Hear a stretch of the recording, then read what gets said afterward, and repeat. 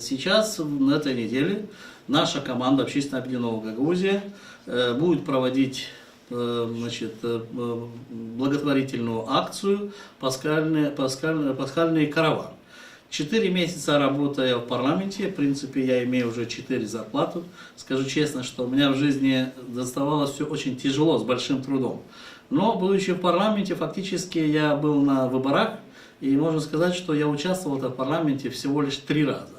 Поэтому я считаю, что ту зарплату, которую я получил, в принципе, я его и не отработал. Поэтому я хочу все заработную плату 4 месяцев дать и благотворительность сегодня Общественного объединения «Гагаузия», которая провела бы благотворительный караван именно сейчас в пасхальной Пасхе. Будет ли это частью вашей предвыборной платформы? Нет, я скажу, что у нас благотворительные караваны были во все времена. Сколько я лет в политике, все время были. И по 5, и по 6, и по 7 раз. Я считаю, что это очень правильно. Нужно людей поддерживать.